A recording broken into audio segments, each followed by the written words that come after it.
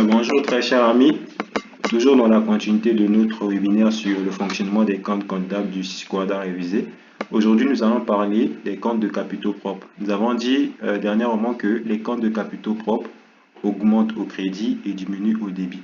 Donc, créditer un compte de capitaux renvoie à l'augmenter et débiter ce compte renvoie à le diminuer. Donc, nous n'envisageons que le cas des entreprises individuelles qui ouvrent les comptes suivants: 103 capital personnel, 104 capital compte de l'exploitant, 13 résultat net de l'exercice. Et donc, quand on parle des entreprises individuelles, qu'est-ce qu'il faut entendre par entreprise individuelle? En fait, c'est tout ce qui est profession libérale, donc sans aucun associé. Je prenais par exemple l'exemple d'un entrepreneur qui ouvre un magasin, par exemple. Voilà, il va apporter des fonds, un capital pour essayer par exemple d'équiper son magasin. Voilà. Ou bien encore d'ouvrir son magasin et tout. Maintenant, on va parler du fonctionnement des comptes 103, capital personnel, et 104, compte de l'exploitant. Alors, le 103, c'est le capital personnel. Donc, le capital que va apporter le propriétaire pour ouvrir son magasin. D'abord, il y a des apports initiaux en nature ou en numéraire qui se fait. On crédite ce compte-là.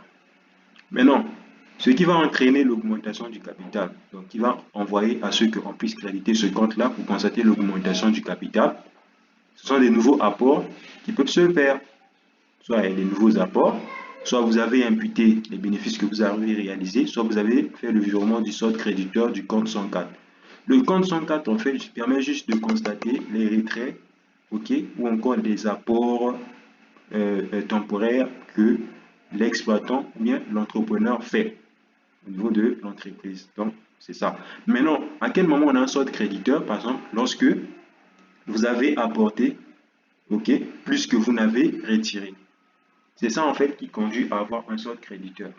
Maintenant, le surplus, ok, c'est le solde là que vous avez, le solde positif là, qui constate en fait ce que vous avez apporté en plus, va être imputé, ok, vous allez solder ce compte là et l'imputer au compte 103 capital personnel, ok, justement, pourquoi? Pour constater l'augmentation du capital. Maintenant, ce qui peut entraîner la réduction du capital personnel, donc ce qui va conduire à ce qu'on puisse débiter cela, ce sont des retraits en espèces ou en nature que l'entrepreneur fait. Soit vous imputez par exemple les pertes, ok, dans le capital, soit encore vous virez. Il y a un virement du solde débiteur du compte 104. Le solde 104, j'ai déjà expliqué ça. Maintenant, virer ce solde-là, ce solde débiteur. En fait, à quel moment on a un solde débiteur? C'est lorsque vous avez retiré plus que vous n'avez apporté. Ok? Donc, on va prendre le solde là, qui représente ce que vous avez retiré en plus. Vous allez les imputer au compte 103, capital personnel en fait, justement pour constater la diminution du capital et solder ce compte. On va voir ça dans la pratique. Le compte 104, compte de l'exploitant. C'est ici, ce compte-là permet en fait de retracer ou encore de suivre des retraits temporaires ou encore des apports temporaires faits par l'exploitant. Maintenant, ce qui va conduire à ce qu'on puisse créditer ce compte-là, c'est lorsque, par exemple, l'exploitant fait des versements dans la caisse ou encore sur un compte bancaire de l'entreprise. Soit encore, il règle des dépenses de l'entreprise sur sa propre trésorerie, donc sur la trésorerie privée de l'exploitant. Maintenant, ce qui va conduire à ce qu'on puisse débiter ce compte-là, okay, c'est suite à des retraits. Ce compte 104 là, suite à des retraits qu'il fait. S'il fait des prélèvements en espèces ou en nature, on débite ce compte. S'il y a des paiements d'une dépense privée, au moyen par exemple de la trésorerie de l'entreprise, soit le loyer de l'appartement, les impôts sur le revenu, on débite ce compte-là. Donc, on va voir ça dans la pratique. Le premier 11e mois, création de l'entreprise de M. Fall. Apport de 1 million en espèces, de 4 500 000 en matière de bureau, 1 250 000 en mobilier, 3 millions déposés à la SGBS, dont 2 millions empruntés à Djaï. Ici, ces biens et ces dettes-là que M. Fall apporte pour son entreprise vont entrer dans le patrimoine de l'entreprise. Ça veut dire que les biens vont s'ajouter dans les actifs de l'entreprise. Donc, ça viendra en augmentation. Ce qui va nous conduire à débiter les biens apportés. OK? Du montant des apports. On va débiter 244 matières de bureau du montant des apports correspondants, 521 aussi et 571. Maintenant, de ce qu'il a apporté, il y a aussi une partie des dettes. Vous savez, le capital personnel ne comprend pas les dettes en fait. Donc les dettes en fait ne font pas partie du capital personnel.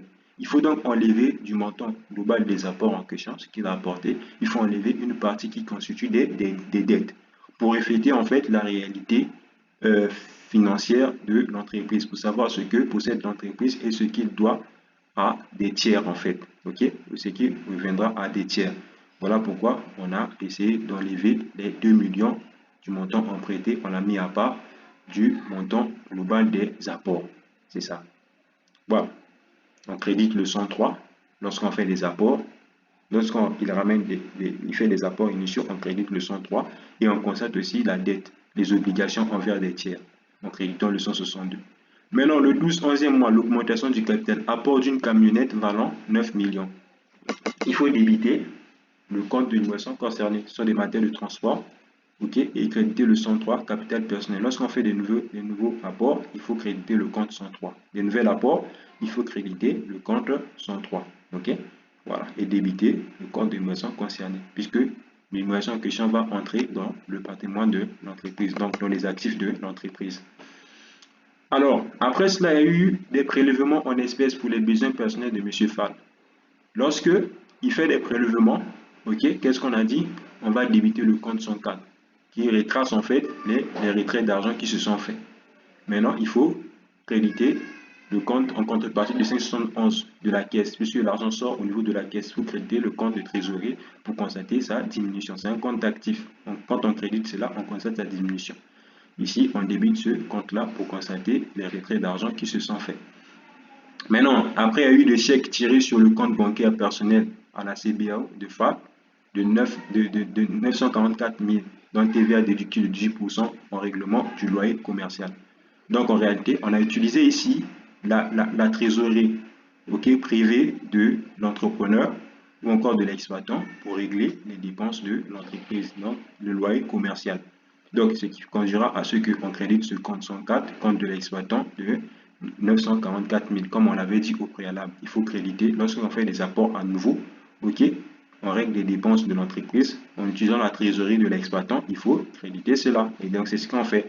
Et ensuite, on a supporté donc des charges en fait. C'était ces versements-là, c'est suite au règlement du loyer. Donc, ici, on avait le montant TTC, ok, comme apport. On va donc enlever, pour avoir le montant hors taxe, ok, le montant du loyer, il faut juste diviser cela par 1,18. Vous avez 800 000 et vous constatez la TVA, 18% de ces 800 000 là.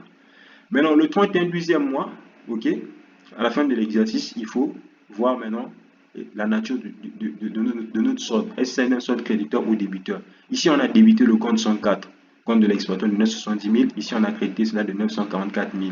On constate que non, le solde débiteur, ce montant au débit, le débit du 104 est supérieur au crédit du 104. Donc, ça veut dire qu'on a un solde débiteur. On fait la différence, 970 000 moins 944 000, on trouve 26 000.